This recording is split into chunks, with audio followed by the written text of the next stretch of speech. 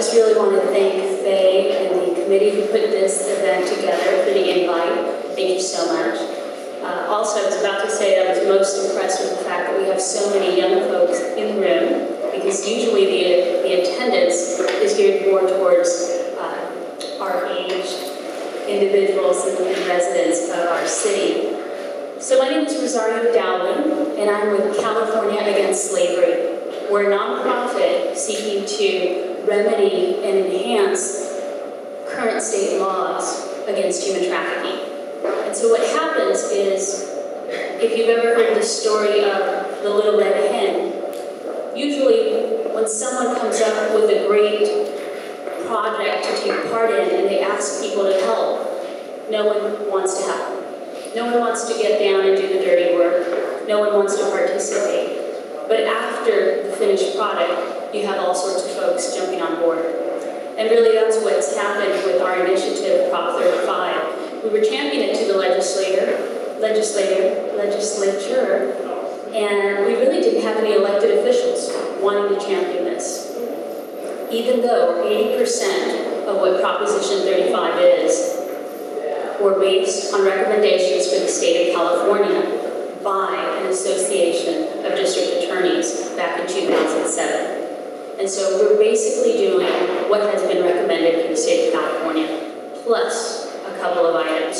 So I want to just let you know, Prop 35 will increase prison terms for human traffickers. It will require sex traffickers to register as sex offenders. That is the major contributor as to why our legislature would not go through with this. Require sex offenders to disclose their internet and all social media accounts. That's huge.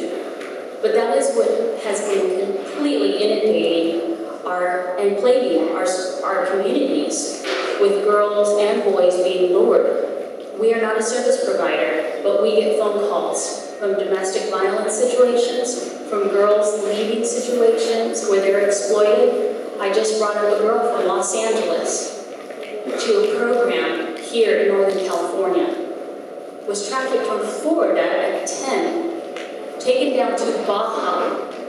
No one cares. She's a ward of the state. No one's looking for her. And so this issue of internet access and the anonymity behind the internet is a huge problem that we really need to help solidify some closure to. And also, the major one is increasing fines upon these criminals that will then be placed into funds for victims and survivors of this issue. I can tell you that my own issue with this is the fact that here in Sacramento County, this issue is so heavy. I volunteer and help with a pilot program in Sacramento Juvenile Hall through the chaplaincy program. You have 17 girls in the program. They are all charged on solicitation. But the men purchasing their services are not in jail. Foreigners brought here for this purpose go straight to programs, but our own natural-born citizens go into the hall if they're minors. Right now, the law does not differentiate between an adult woman who is trafficked and a minor who is trafficked. So that's what we're trying to do. We're bringing up the state law to the federal level in order to address this issue. Another issue that I wanted to bring up is the fact that Sacramento County is a hub. We're not nationally recognized.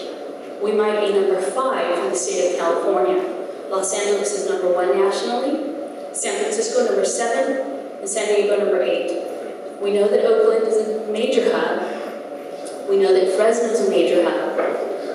And Sacramento, unfortunately, as the capital of California, I know women who speak on our behalf. If you check out our website, Vote Yes on 35.com, you'll see women from Sacramento County, from San Francisco, from Oakland, who are speaking out about this issue and how they were lured and how they were either wards of the state, runaways, being exploited by their own mother.